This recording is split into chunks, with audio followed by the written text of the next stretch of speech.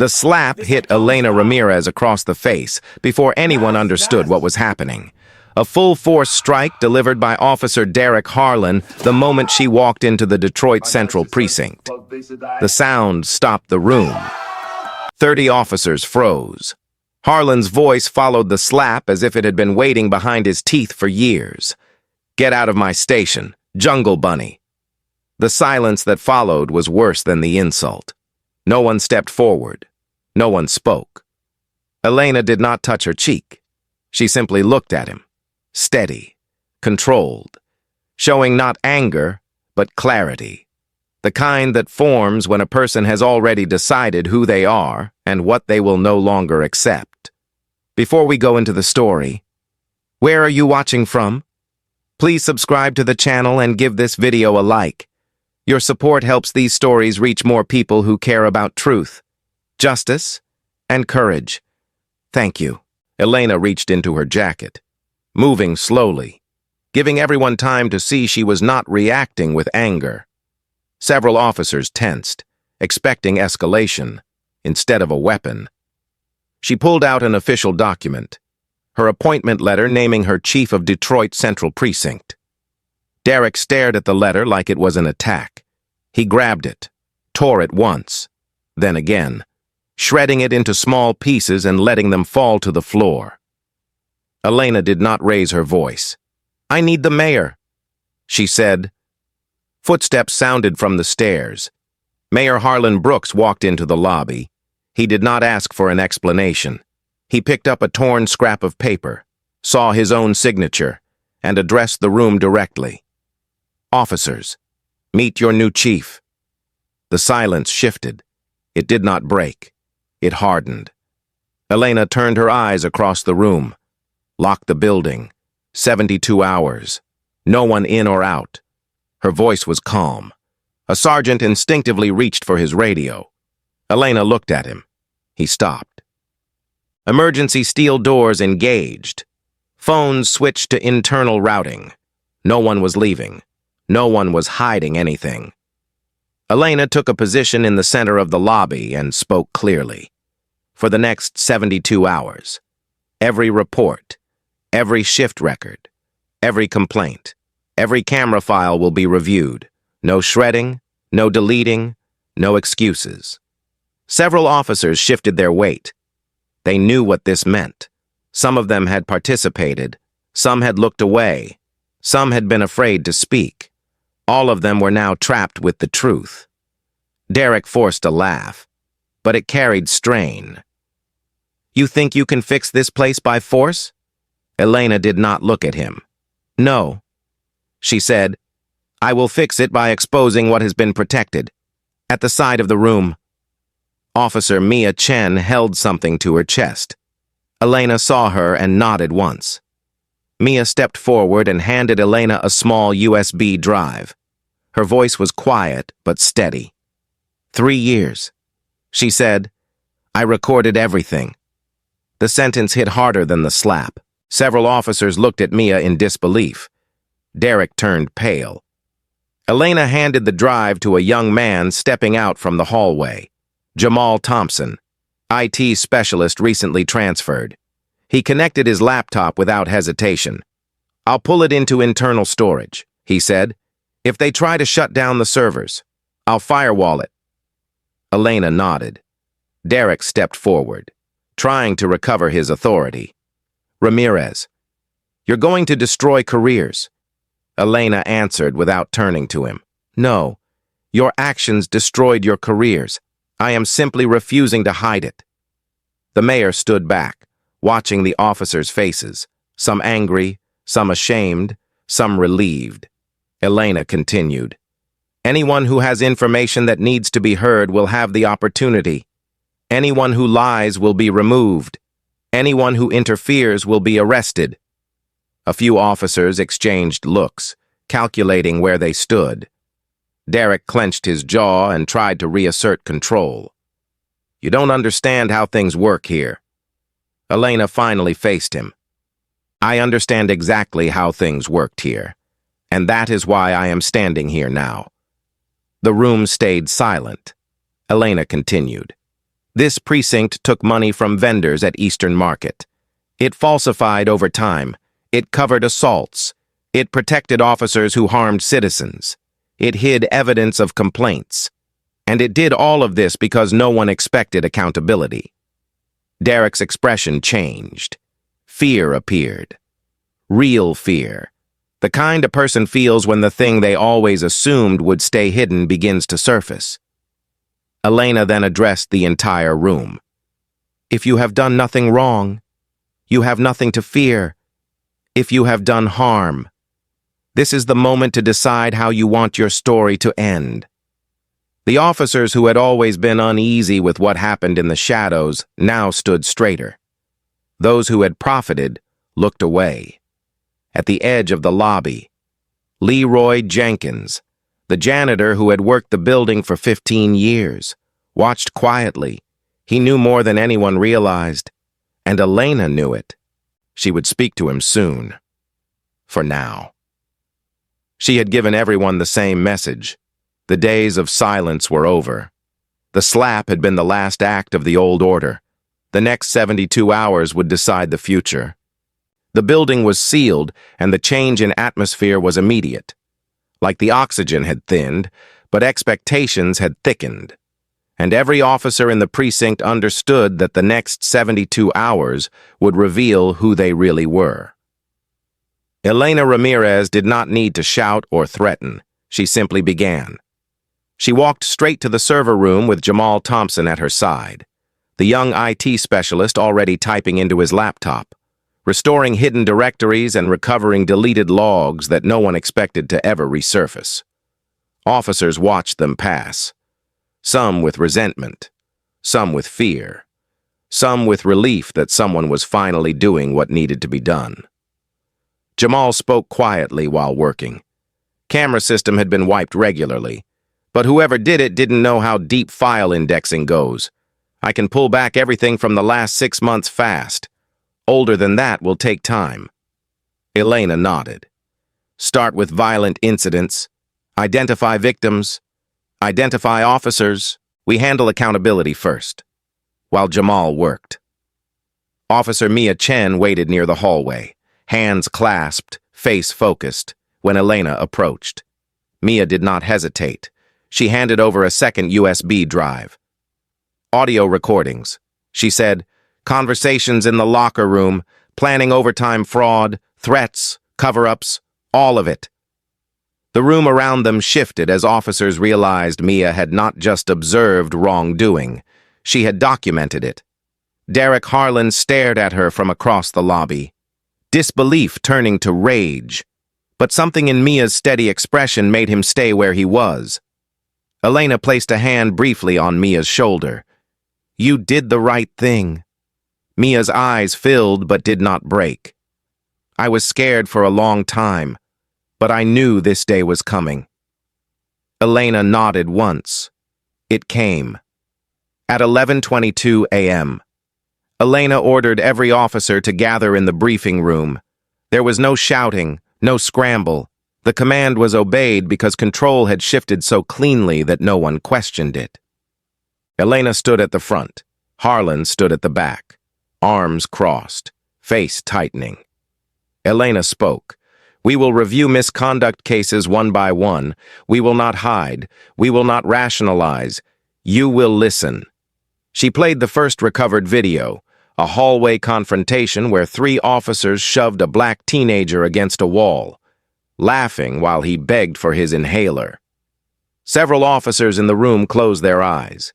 The officers in the video sat in the room now. Their names were called. Their explanations fell apart instantly. They were escorted to holding. No one protested. The second video showed an undocumented vendor in Eastern Market handing cash to an officer while his young daughter watched from behind a cart of fruit. The officer in the room tried to say it was a misunderstanding. Elena cut him off. Your voice shakes when you lie. Sit down. He sat. The room's silence grew heavier with every minute.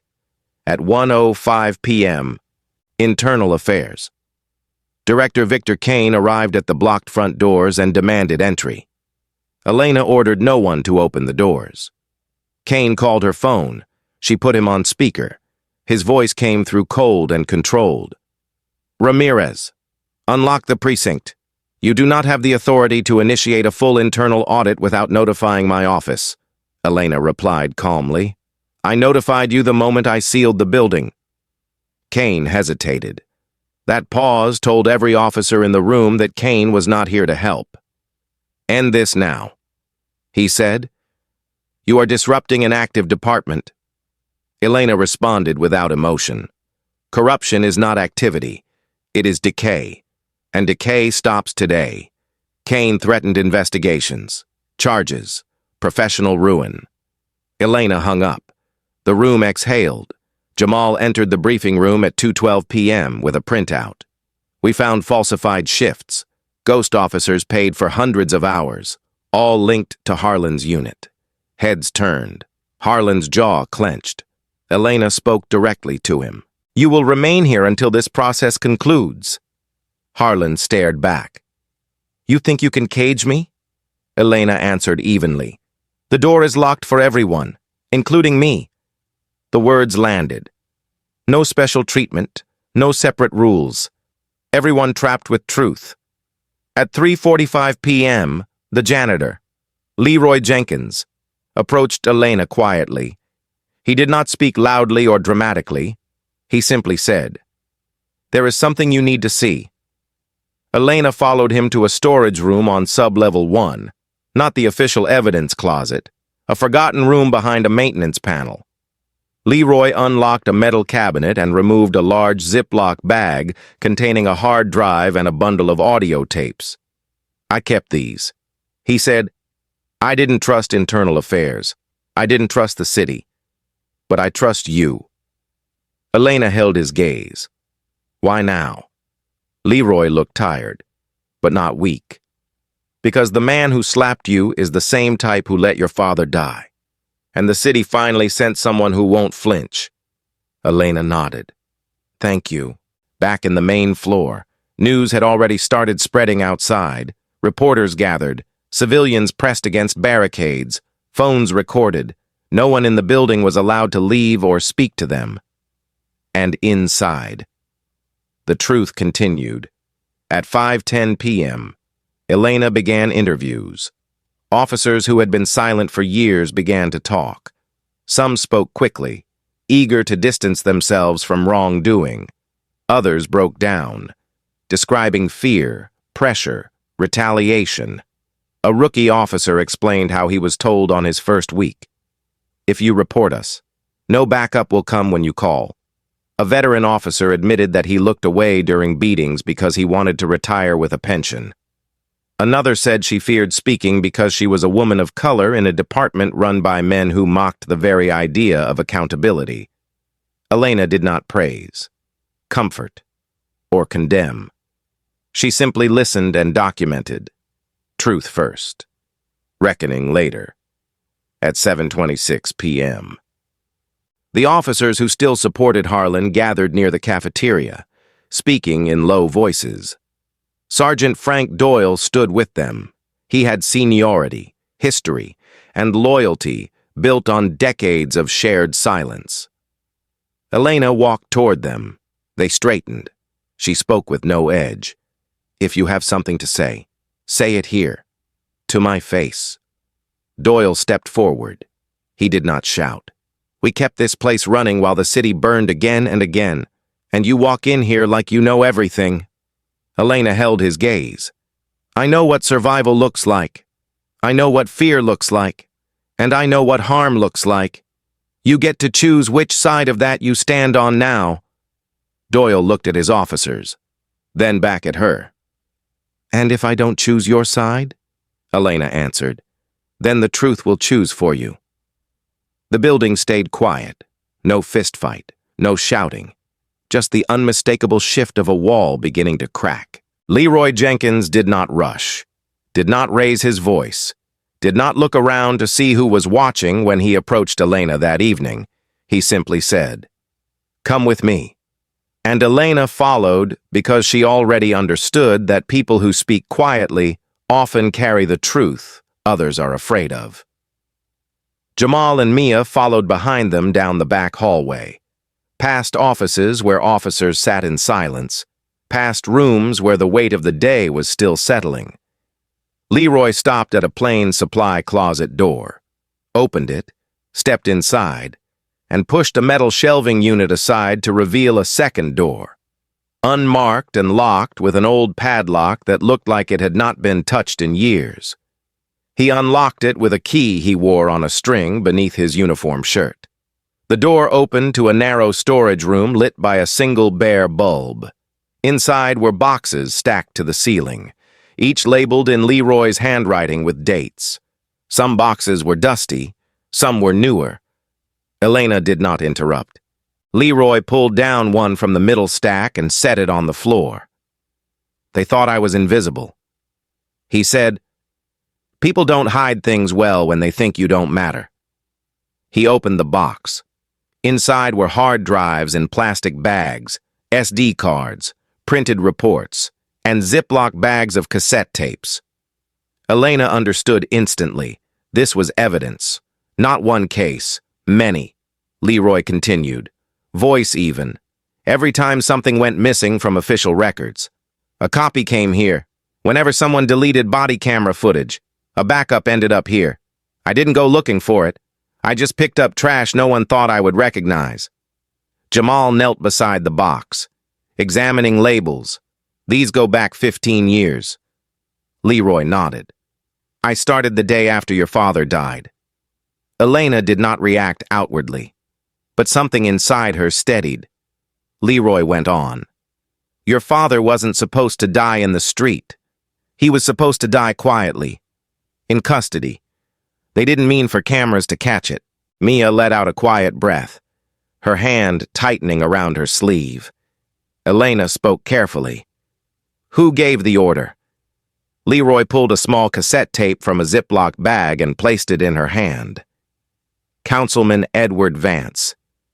He wasn't councilman then, but he wanted to be. The room felt smaller. Elena understood the meaning of this tape. It was not only the truth about her father, it was leverage. It was the thread that, if pulled, would unwind the city's political fabric. She did not hesitate. We digitize everything now, she said to Jamal. Make 3 encrypted copies, store them in separate directories, and air gap 1. Jamal nodded quickly, already planning the workflow. Leroy pulled out another item, a flash drive sealed in thick plastic. This one is about Harlan. He said, not the corruption, the family part. Elena looked at him. Leroy continued. He has a daughter. The mother is one of the market vendors. He's been paying to keep it quiet, or threatening. Sometimes threatening works. Mia's voice came in quiet. Mrs. Lopez. Leroy nodded. And the girl. Elena absorbed this without visible emotional shift. Then she said, we handle the extortion cases before we handle the family matter. The corruption is systemic. The family story is personal. The city will try to use the personal to distract from the systemic. We don't let them. Jamal nodded. Mia nodded. Leroy nodded. A united understanding formed without ceremony. Elena collected the first hard drive and the cassette tape and stood. We move fast. The moment Kane realizes evidence exists outside the precinct, he will try to destroy it. Leroy looked at her. He already knows. Elena's eyes sharpened. How? Leroy took a slow breath. Kane sent 2 men here 2 years ago to search this room. I told them it was just brooms and mop buckets, but now that this building is locked, he'll guess I still have something. There was no fear in Leroy's voice, only fact. Elena spoke as she moved. Then we operate under the assumption we have limited time. They walked back toward the server room. Halfway down the hallway, Derek Harlan stepped into their path. His voice was low, and his expression was carefully restrained, but the tension in his jaw was unmistakable. So this is your big revolution? A janitor and a computer kid? He looked at Mia and smirked. And the quiet one who rats from the shadows? Elena did not rise to the provocation. "Move aside." Harlan didn't move. "You are not fixing anything. You are tearing the department apart for your own vendetta," Elena answered plainly. "The truth cannot tear apart what is built on truth. It only destroys what is built on lies." Harlan's jaw twitched. "You think you're here because you earned it?" Elena looked at him without flinching. "I am here because the city finally decided to stop asking your permission." For a moment, Derek's composure cracked. Something desperate flickered. Then he stepped aside, not out of respect, out of calculation. Elena continued to the server room. Jamal began uploading the newly recovered data. Mia watched the hallway. Leroy stood at the door like a quiet sentinel. At 6:34 p.m., an automated alert flashed on Jamal's screen. Remote delete attempt detected. Kane was already trying to wipe evidence. Jamal spoke fast, fingers flying across the keyboard. "He's trying to trigger a purge on all archived footage citywide." Elena responded instantly. "Isolate. Cut all external routing." Jamal isolated the system. The precinct network was now sealed from the city itself. Completely isolated. No data in, no data out. A digital lockdown to match the physical one. If the building burned, the truth would burn with it. Elena knew that. Kane knew that. She said quietly, "The truth is trapped in here with all of us now." Mia looked at her. "So what happens next?" Elena answered. "Now we confront the man who kept the city sick." Leroy stepped forward. "Then you need the final box." Elena looked at him. "What's in it?" Leroy's expression was steady. The audio of Harlan explaining the money scheme, the dates, the cut percentages, the names of every officer involved. Elena nodded. "Bring it." Leroy nodded once. Then he said something Elena would remember for the rest of her life. "You don't win by force. You win because you never looked away." And the 72-hour reckoning moved to its next stage, the moment Jamal confirmed that Victor Kane was attempting remote deletions. Elena understood that the timeline had changed. The investigation was no longer internal. It was now a race against destruction. At 9:14 p.m., Jamal located a file referencing a location labeled Brightmoor Storage, a warehouse connected to Eastern Market vendor records and overtime payouts. Elena did not waste time. She ordered a 4-officer team herself, Mia, Jamal, and Sergeant Hayes, one of the few officers who had openly chosen to cooperate. They left through the underground garage while the precinct remained locked. Elena drove. No sirens. No conversation. At 9:38 p.m., they reached the warehouse. The parking lot was empty. The building lights were on. The smell of gasoline hit them the moment they stepped out. Derek Harlan stood near the entrance holding a red fuel can, his expression not wild but resigned, as if he had decided that if he could not keep control, he would remove the evidence entirely. He looked at Elena like she was already a ghost. "You should have left it alone." Elena's answer was steady. "If you burn this, you put yourself in chains for the rest of your life." Harlan shook his head. "I was already in chains. You just cut the ropes holding the mask on." He flicked a lighter. Jamal lunged at him. The two hit the ground. The lighter clattered away. Mia kicked it further. Hayes secured Harlan in cuffs while Elena and Jamal forced open the warehouse door. Inside were boxes with vendor ledgers, payout logs, and a stack of unmarked envelopes containing cash. Elena took photos, documented everything, and secured the evidence in the vehicle, but the warehouse was only half the threat. Jamal's phone buzzed with a silent alert. He looked at Elena with urgency.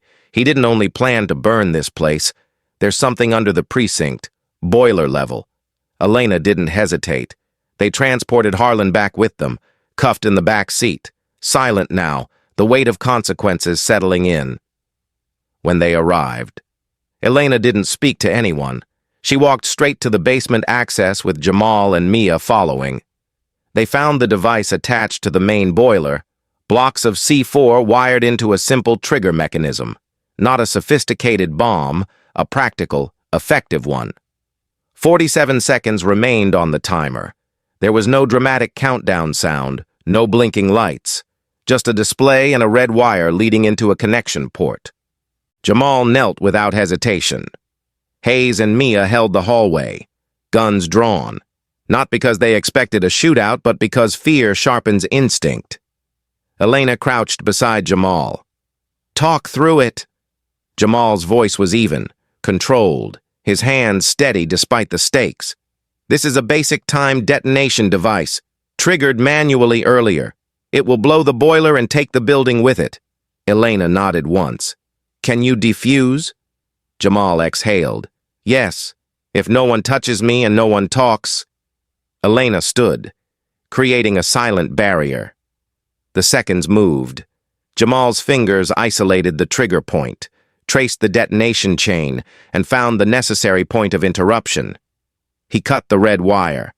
The countdown stopped. No sound followed, just breathing. Hayes let out the air he had been holding. Mia sat back against the wall, head bowed. Elena placed a hand on Jamal's shoulder. "Good." Jamal closed his eyes, just once, then stood. The crisis was not over, because in that moment, Mia's phone vibrated with a message. Unknown number. One sentence. "You should not have interfered." Mia froze. Elena took the phone, read the message, and understood immediately. Kane was now moving from cover-up to retaliation. Elena ordered Hayes to move Harlan into solitary secure holding. Jamal returned to the server room to continue archiving. Mia stayed with Elena. They walked upstairs. The precinct was quiet again, but not the same quiet as before. This silence was tense, aware, watchful.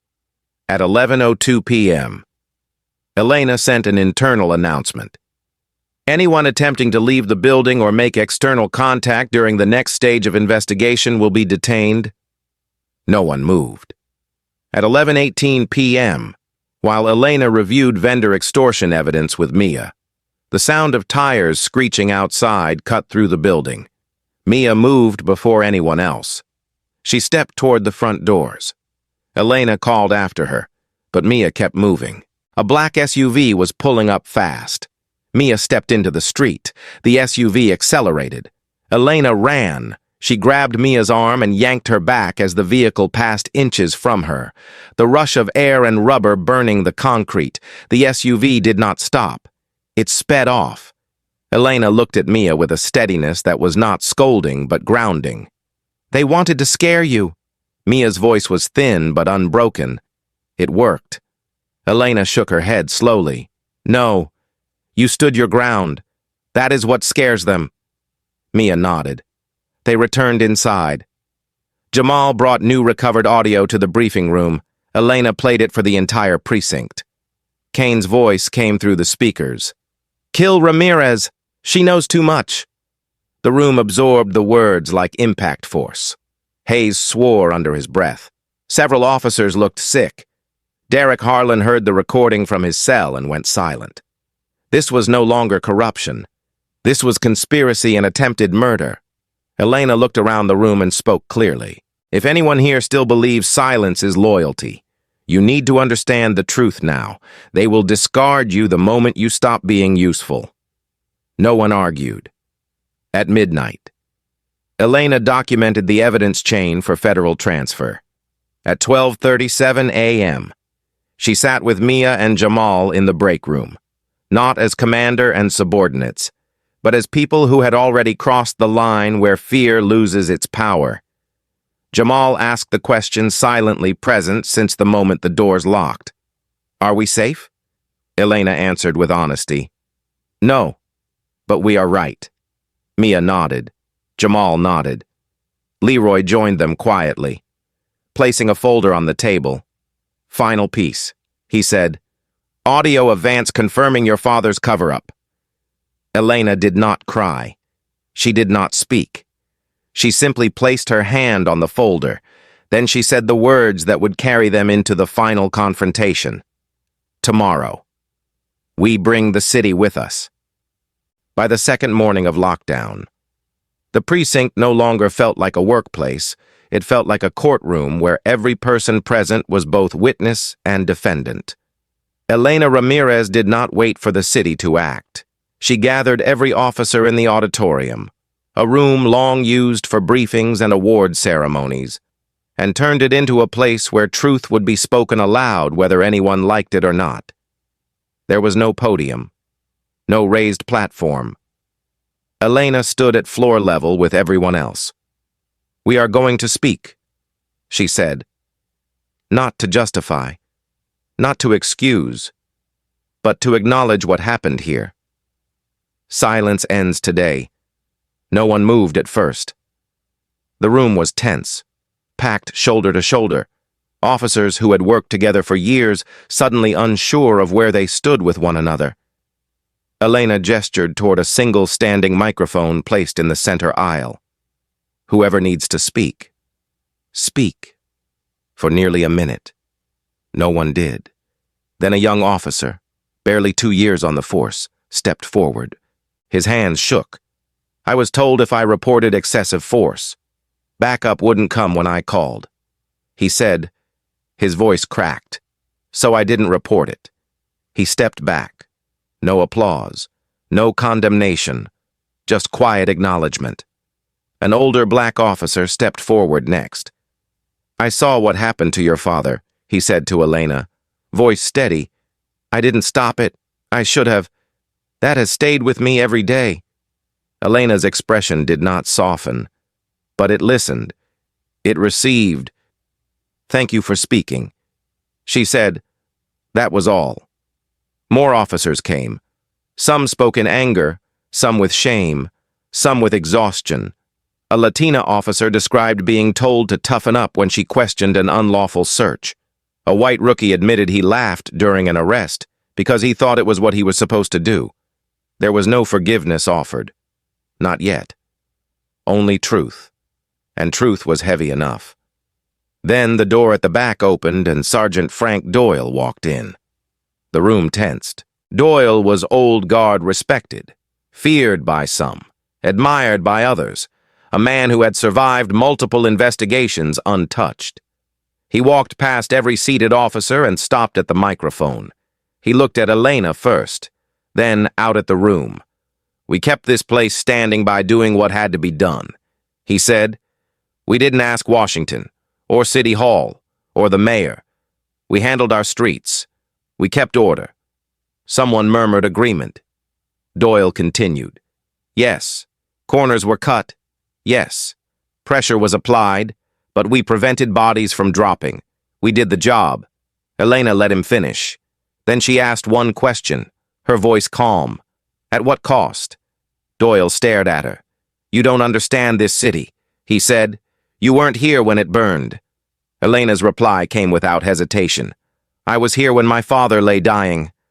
The room fell to silence. Doyle's jaw tightened. "If you tear this apart," he said. "You'll get chaos," Elena answered. "Chaos already existed. You just hid it." Doyle stepped closer to the microphone. "If we lose what we built, we lose control," Elena said. "Control built on fear is not order. It is abuse." That moment held the room like a held breath. Then Doyle reached for his service weapon, not to shoot Elena, to make a point, a threat, a final stand. Officers gasped. Hands moved toward holsters. But before he could raise it, Mia Chen stepped forward and placed herself directly between Doyle and Elena. No hesitation, no shake. Her voice was small but steady. "Shoot me," she said. "If this is what you think justice looks like, shoot me." Doyle froze. The gun hung in his hand, suspended not by strength but by disbelief. Mia continued, her words quiet but sharp enough to pierce every layer of old loyalty in that room. "Your son was beaten by officers in this department. You know that. You know the harm. You know the pain. And you still protect the ones who did it. How many fathers and mothers have stood where you stood? How many children have been left without answers so a system of silence could survive?" Doyle's face changed. The anger fell out of it, replaced by a weight far heavier than rage. His hand lowered. The gun did not fall. It simply returned to its holster because the fight inside him had shifted. His voice broke. "My boy still wakes up screaming," he said. "The room did not move," Mia said. "Then stop defending the people who made him scream." Doyle sank to a chair, his head in his hands, every year of silence catching him at once. Elena stepped to the microphone. "This department will not move forward through punishment alone. We will move forward through accountability." Then she instructed officers to begin formal statements, sworn and recorded. Some spoke immediately, some cried, some confessed to actions that would cost them their badges. Some stood and said they believed in the reform and would help rebuild. And some walked out of the room to wait for the consequences they now knew were coming. At 2:11 p.m., Elena's phone rang. The display showed City Hall. It was Councilman Edward Vance. Elena answered on speaker. Vance's voice was calm and flat. "I will confess," he said. The room stiffened. "But I want terms," Elena replied. "Confession before negotiation." Vance let silence stretch. Then he said, "Fine. Then you'll want to be at City Hall at sunrise. Bring the files, bring the tapes, bring a camera." The line went dead. Officers looked at Elena. She looked at them back. "We finish what we started," she said. Mia nodded. Jamal nodded. Doyle lifted his head and nodded too. The truth session was not the end. It was the moment the truth became public. The next morning, before the sun fully rose, Elena, Mia, Jamal, and Doyle walked up the steps of City Hall carrying the files, the hard drives, the audio tapes, and the evidence that had been buried for more than 2 decades. No speeches, no slogans, just silent forward motion. Cameras were already there, reporters, civilians, officers from other precincts. Detroit had heard something was happening inside Central, and now the city had come to see what would break first. Councilman Edward Vance stood at the top of the steps waiting for them. He looked smaller than the power he had held for years, but he still tried to stand like a man in control. Elena didn't bow, didn't acknowledge him with emotion. She simply handed Jamal the signal. Jamal connected the audio tape to a portable speaker and pressed play. Vance's voice filled the plaza. There was no hesitation, no ambiguity. "Handle Ramirez. His death cannot become a story. The market vendors will fall in line if they see what happens to him." And then a second voice followed. Harlan's younger voice, cold and sure. "We'll make it look like street violence. No one will trace it back." The crowd reacted in one sharp intake of breath. Vance exhaled but did not deny. He simply said, "Yes, I ordered it. I did what I had to do to stabilize this city." Elena stepped forward. "You did it to win power." Vance shook his head. This city was falling apart. No trust, no money, no order. Your father was going to testify. He would have turned the department against itself. "I prevented collapse." Elena's answer was steady. "You destroyed families. You stole from the market. You let violence grow under your watch so you could look like the man who could control it." Vance did not apologize. "Do you think this city runs on justice?" "It runs on leverage," Elena said. "Not anymore." Federal agents stepped forward and handcuffed Vance. He did not resist. He simply looked at Elena one last time and said, "You will understand someday." Elena did not respond. She turned away. Back at the precinct, Derek Harlan was in holding. Elena walked in alone. No audience, no performance, just the two of them. Harlan sat on the bench, staring at the floor. Shoulders no longer broad with confidence, but slumped like a man finally stripped of excuses. Elena stood in front of him. Harlan didn't speak at first. Then he said, "You think I never did anything good?" Elena answered with honesty, not cruelty. "You once did, and you buried it." Harlan nodded slowly. "I used to think I was protecting the city. Then I started protecting myself. His voice cracked. She doesn't know I'm her father. Elena did not soften. She will know the truth, and she will decide what to do with it. Harlan looked up at her, eyes wet. She'll hate me. Elena shook her head. She already does. She just doesn't know why. Those words broke him. Not loudly, not with collapse, just a quiet exhale, like someone finally letting themselves acknowledge the weight they can't lift anymore. Guards took him for federal transfer. He didn't fight. The financial investigation moved quickly, with Jamal's archived data restored. The full scope of the extortion ring became visible in clear numbers. $8.5 million in illegal collections over 15 years. Money pulled from vendors, drivers, tenants, immigrants, anyone who couldn't fight back. Elena presented the evidence to the state auditors. Funds were seized, accounts frozen. A restitution program was authorized within 24 hours. 350 identified victims received compensation, including interest, documented publicly so no one could bury the truth again. The city could not hide anymore. It had to rebuild. Inside the precinct, Elena called the remaining officers to the lobby. No speech, just truth. Those who choose to stay will rebuild this department from the ground up. Those who choose to resign may do so with dignity today. Those who committed crimes will face charges. If you want to help repair what has been damaged, step forward. The room held still. A few officers left immediately. They knew they were part of the harm. Others hesitated, then moved. Mia stepped forward first. Jamal nodded. Hayes stepped forward. The rookie officer from the truth session stepped forward. More followed. Then Doyle stepped forward. Not proud, not broken, just honest. I stayed quiet too long, he said. Elena nodded. Then don't stay quiet now. Doyle nodded once. A new line began forming. Officers who wanted to rebuild instead of preserve what had been.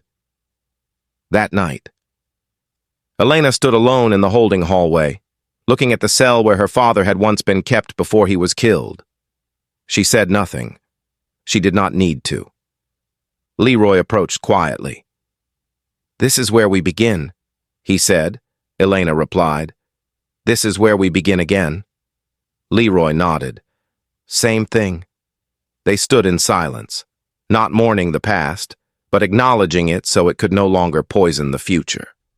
2 days later, sentencing recommendations came through. Derek Harlan received 25 years. He did not ask for appeal. He did not speak at the hearing. He simply listened.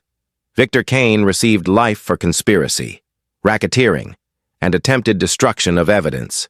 He was attacked in prison 6 weeks later and left in a vegetative state. Sergeant Doyle voluntarily testified against multiple officers, including men he once called brothers.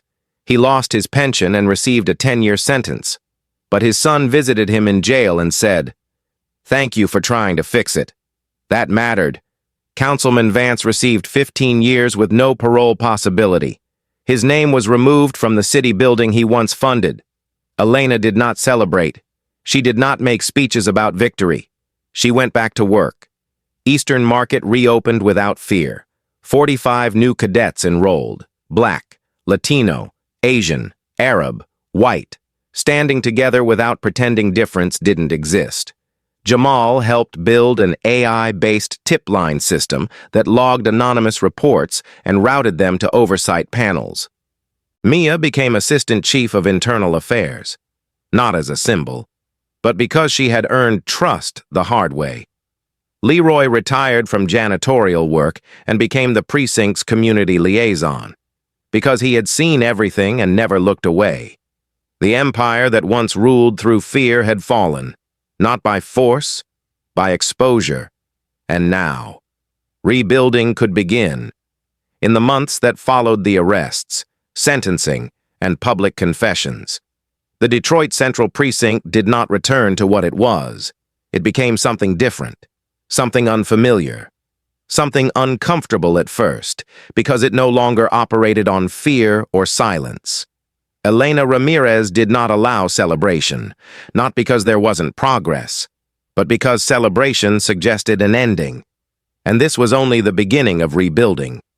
Officers who remained worked under new policies and direct accountability. The truth sessions had stripped away false loyalty and left behind people who wanted to stay because they believed reform was possible, not because it benefited them. Day by day, procedures changed. Complaints were no longer dismissed. They were documented and reviewed. Training emphasized de-escalation, listening, and community presence rather than control. And for the first time in decades, citizens began speaking to officers without bracing themselves first. Eastern Market was one of the first visible signs of change. Vendors who once kept cash hidden in pockets or under fruit crates now sold openly, without fear of a patrol car stopping to collect fees. Mrs. Rosa Lopez stood behind her fruit stand with dignity instead of caution. Her daughter, the girl who had grown up watching officers shake down her mother, now wore a cadet uniform. She trained in the precinct yard every morning with discipline and fire, leading cadence calls that echoed through the hallways. The department was no longer a place where silence protected power. It was a place where silence raised suspicion. Jamal monitored the AI tip line dashboard daily. Reports came in constantly, anonymous, detailed, sometimes small, sometimes critical, and each one was taken seriously. The system tracked trends, flagged patterns, and immediately notified oversight teams. It was not perfect, but it was transparent, which mattered more than perfection ever had. Mia moved through the building differently now. She did not walk quietly in corners anymore. She spoke clearly. She confronted directly. Officers who once dismissed her now listened, not because they feared punishment, but because she had proven that truth was not only survivable, it was transformative. She wore her new assistant chief badge not as a decoration, but as responsibility. She checked on rookies personally. She reviewed body cam footage without hesitation.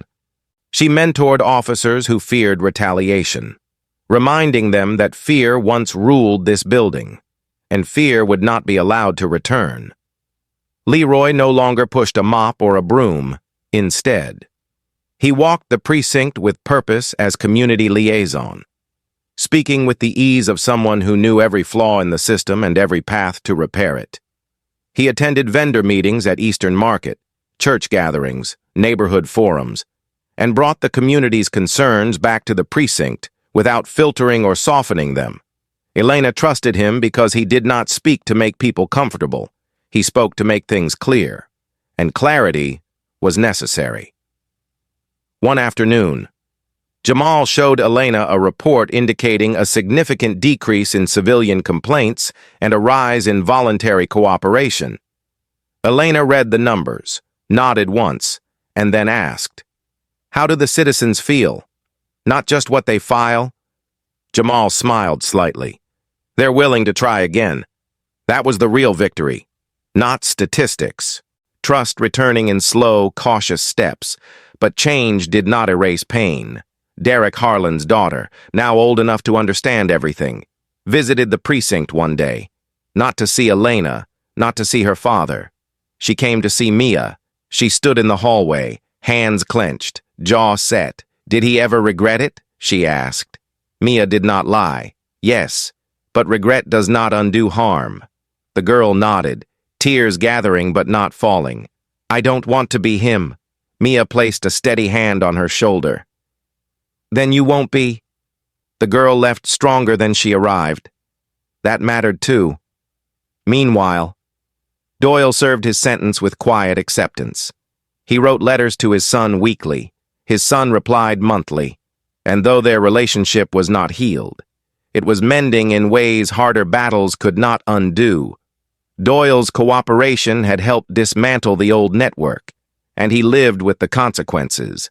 That was accountability, not punishment. Councilman Vance's trial became a national headline, not because of his sentence, but because of what his confession forced other cities to confront about their own systems. Detroit became an example, not of perfection, but of possibility. And that made people uncomfortable. Some praised Elena, some blamed her. Both reactions meant the city was awake again. Elena did not seek praise. She sought continuation. She spent her days working on hiring reform, oversight board formation, joint community training sessions, and safe reporting pathways for officers who feared retaliation. She slept little. She stayed steady. Then, one morning, Elena walked through the lobby and stopped where she had first been slapped. The memory did not bring pain, it brought clarity. She nodded once, to herself, acknowledging where the change had begun. That same afternoon, a plain envelope slid under her office door. Inside was a short message, typed, unsigned. The system is bigger than Detroit. You are needed in Chicago. They will call soon. There was no threat in the message, no urgency, just recognition. Elena placed the note in a drawer. She understood what it meant. Her fight was not tied to a building, it was tied to the work. That evening, as the sun lowered, Mia, Jamal, and Leroy joined Elena in the lobby. No ceremony, no speeches, just presence, Jamal asked. Do you think the city will hold? Elena answered. Only if we continue to choose truth every day, not just today, not because we won, but because we refuse to go back. Mia smiled faintly. Leroy nodded. And the precinct, once a place where silence protected power, became something entirely different. A place where courage was practiced in ordinary moments, where accountability was routine, where leadership did not come from rank but from integrity. Detroit had not been saved.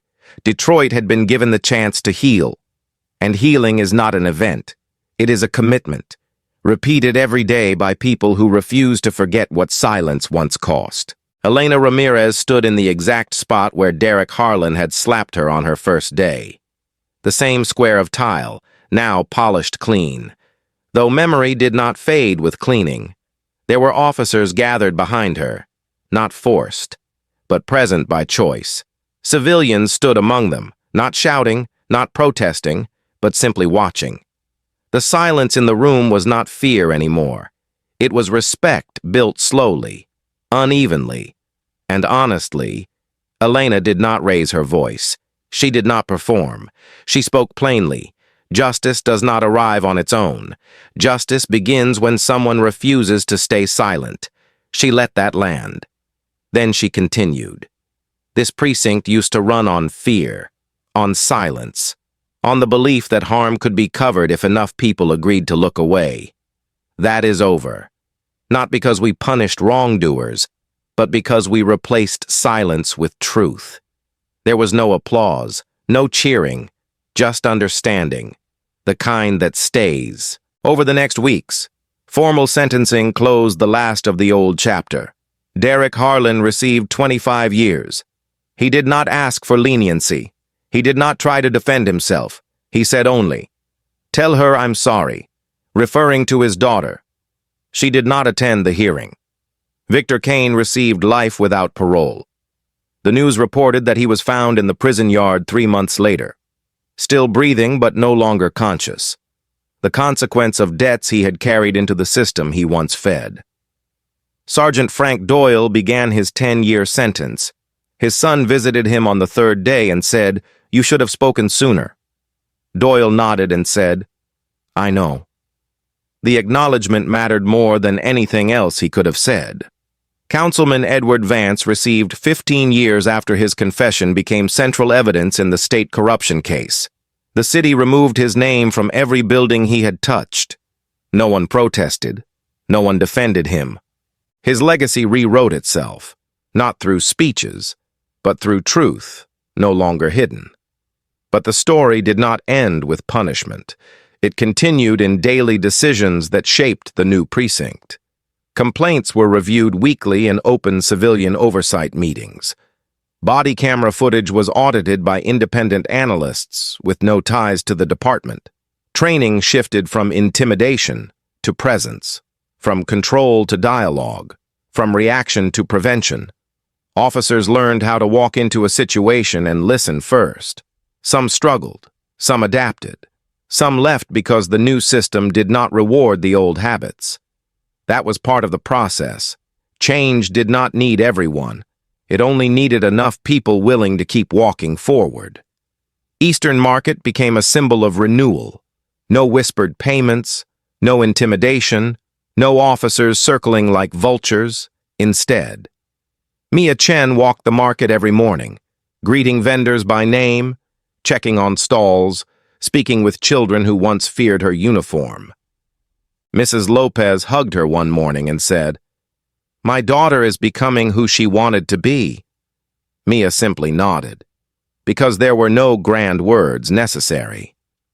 The Lopez daughter graduated from the academy the following spring as one of the highest-ranking cadets, when she saluted Elena on graduation day.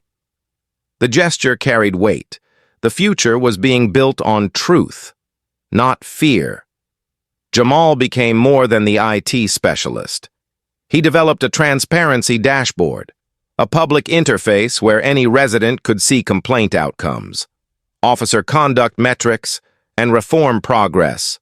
No grand speeches announced it. It simply appeared online one morning. People noticed. Trust grew not because Elena asked for it, but because she built systems that did not require trust to function. Leroy continued his work bridging community and precinct. He hosted conversations where citizens told officers how policing had harmed them.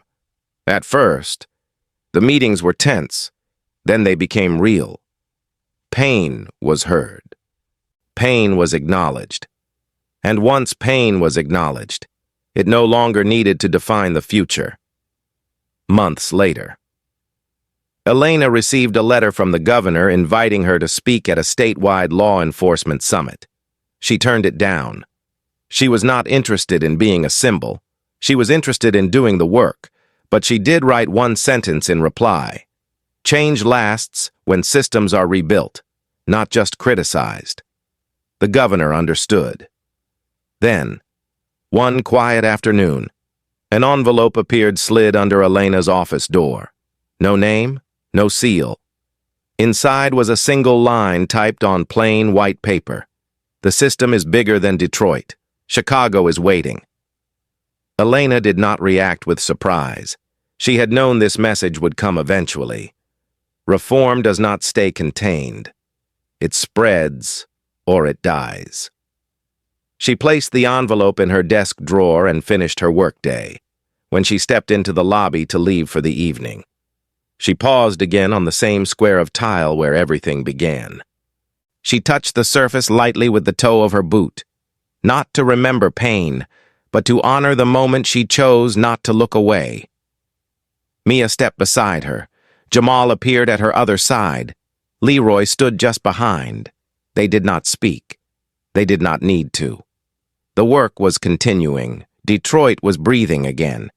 Elena looked forward, not back, and said only 4 words. Words that would carry beyond precinct walls, beyond city lines, beyond history that once felt immovable. Justice begins with courage. And she walked forward into the future she had helped rebuild. Not as a savior, but as a person who refused to stay silent when silence was the easiest choice. Thank you for watching. If this story moved you, please subscribe to the channel and give this video a like. Your support helps these stories reach more people who care about justice and truth. Thank you, and I'll see you in the next story.